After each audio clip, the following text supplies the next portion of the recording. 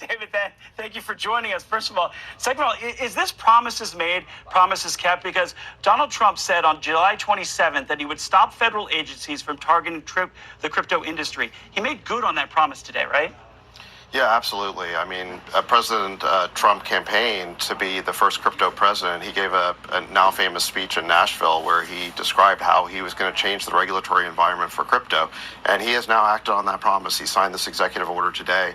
He's directed our working group to produce a regulatory framework that's going to encourage innovation in crypto in the United States, keeping the industry onshore rather than driving it offshore, which is what was happening under the Biden administration. I want to get to that framework in just a second. First, the executive order halts what President Trump calls aggressive enforcement actions and overreach.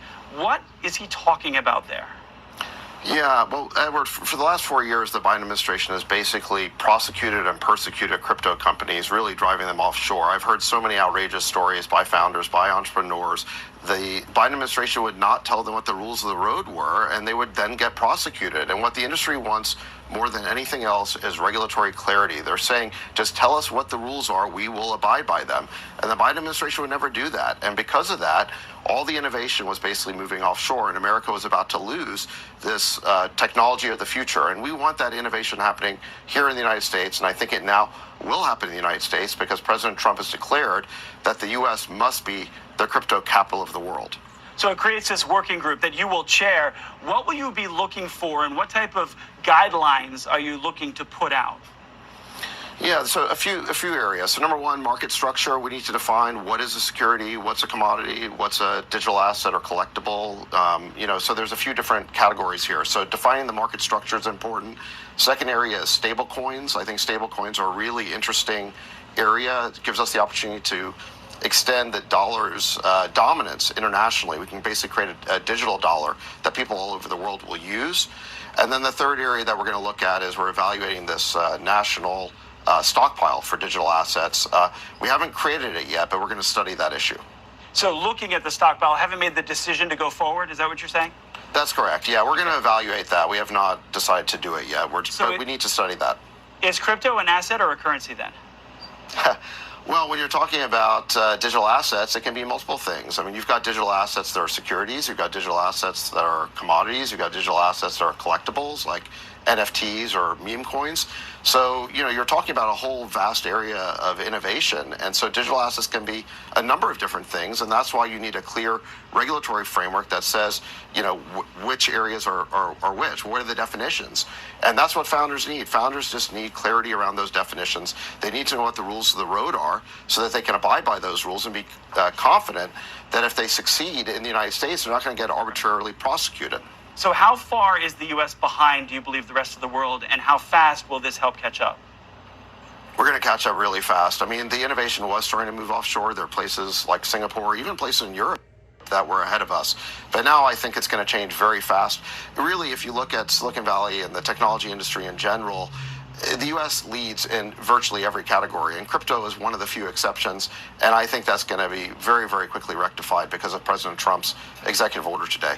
I want to get your take on the Trump coin, which started right before he took office. Are you concerned about a conflict of interest there? I don't think so. I think the Trump coin is a collectible. Like I mentioned, there's different categories of digital assets. That's a collectible. It's like a baseball card or a stamp. People buy it because they want to commemorate something. So this is just my personal opinion. I'm not a regulator, but my personal opinion is that it's totally fine.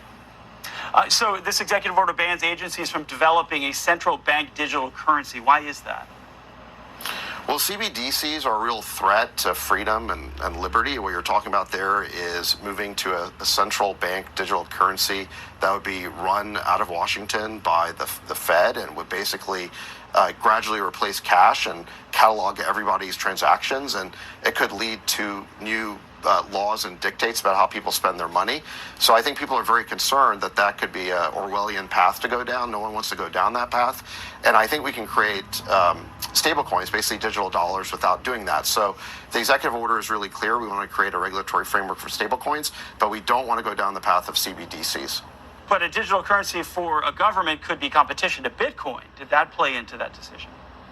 Well, I mean, any government can create a stable coin. So, but I think the U.S. Dollar is already the world's reserve currency. So I'm not really worried about competition there. I just want to extend, or I believe that what we should be doing is extending the dollar's dominance into digital areas, extend it online.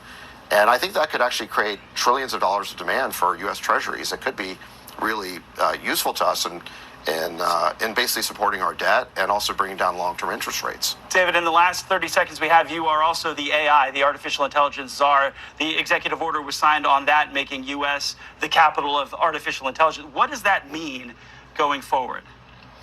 Well, like the president said at Davos today, we want to be number one. We want to be the global capital in artificial intelligence as well as crypto. These are two areas that are absolutely vital for the future. They're both cutting-edge technologies.